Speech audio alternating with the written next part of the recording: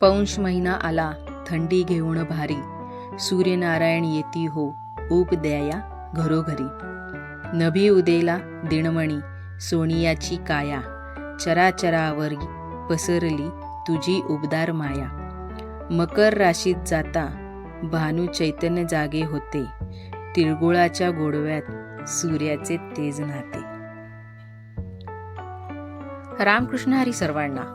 आज मी गेले होते पंढरपुरातील 2 अशा सुंदर ठिकाणी. एक म्हणजे नारायण चिंचोलीचं श्री सूर्यनारायण मंदिर आणि दुसरं म्हणजे इस्कॉन मंदिर. हे 2 मंदिरं नक्की पाहायला तुम्ही विसरू नका. पंढरपुरात जेव्हा याल तेव्हा नक्की ह्या मंदिरांना व्हिजिट करा. आपण काय करतो, पंढरपूर म्हटलं की आपल्याला फक्त विठ्ठल आणि रुक्मिणीचं मंदिरच आठवतं, बरोबर ना? पण त्याच मंदिराबरोबर इथं एवढे छान छान छोटे छोटे मंदिरही आहेत ना, तिथे नक्की आपण एकदा तरी जायलाच पाहिजे. पंढरपुरात आल्यावर ह्या मंदिराला नक्की व्हिजिट करा.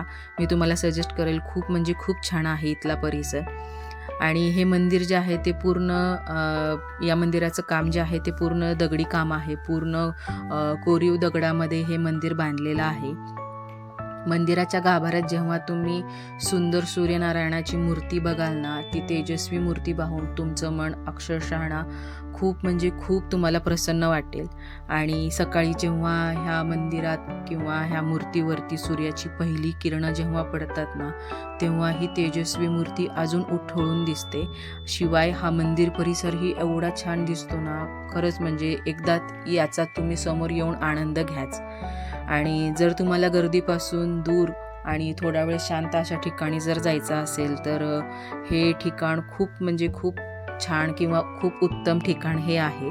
हे शांत मंदिर आणि ह्या मंदिरामध्ये इथे बघा, कोपऱ्यामध्ये बसून चिमणीचा चिवचिवाट चालू होता.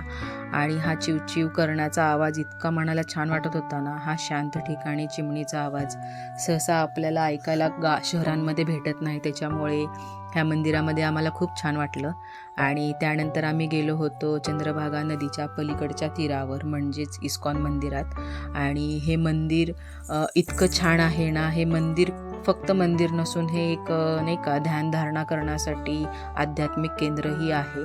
आणि हे मंदिर नदी काठावर असल्यामुळे इथून पंढरपूरचा, नदीचा आणि विठ्ठल मंदिराचा जो नजारा आहे तो नजारा खूप छान दिसतो. तर इथलं मुख्य आकर्षण जर मला विचारचाल तर इथलं हे शांत वातावरण आणि प्रसन्न वातावरण आहे. इथं ना नेहमी हरे कृष्ण नामाचा जपही चालू असतो. तुम्हालाही माहीत आहे, प्रत्येक इस्कॉन मंदिरातली स्वच्छता, इस्कॉन मंदिरातील वातावरण हे ना खरंच मनाला खूप शांतता आणि प्रसन्नता देऊन जातं. तर इथं खूप मोठी गोशाळा आहे, तिथेही तुम्ही नक्की व्हिजिट करा. आणि इथला महाप्रसादही नक्की खावा. महाप्रसादात ही इथे खिचडी असते आणि ही खिचडी एवढी टेस्टी आहे ना, म्हणजे साधी सिंपलच असते, पण त्याला टेस्ट एवढी छान असते ना. त्यामुळे नक्की महाप्रसाद ही तुम्ही ट्राय करा. आणि इथल्या स्वच्छतेमुळे, इथल्या सगळ्या वातावरणामुळे मन तर प्रसन्न झालेलं आहेच आहे. आणि विठ्ठलाच्या दर्शनाला आल्यावर तुम्ही ह्या 2 मंदिरांना नक्की भेट द्या. सूर्यनारायण मंदिराची कलाकुसर आणि हे इस्कॉन मंदिरातील शांत भक्तीचा आनंद नक्की तुमचा जो प्रवास आहे तो खरंच खूप सुंदर बनवेल. चला तर मग भेटूयात नवीन एका व्लॉगमध्ये. व्हिडिओ आवडल्यास नक्की लाईक, शेअर, सबस्क्राईब करा आणि भेटूयात मग नवीन एका व्लॉगमध्ये. तोपर्यंत धन्यवाद.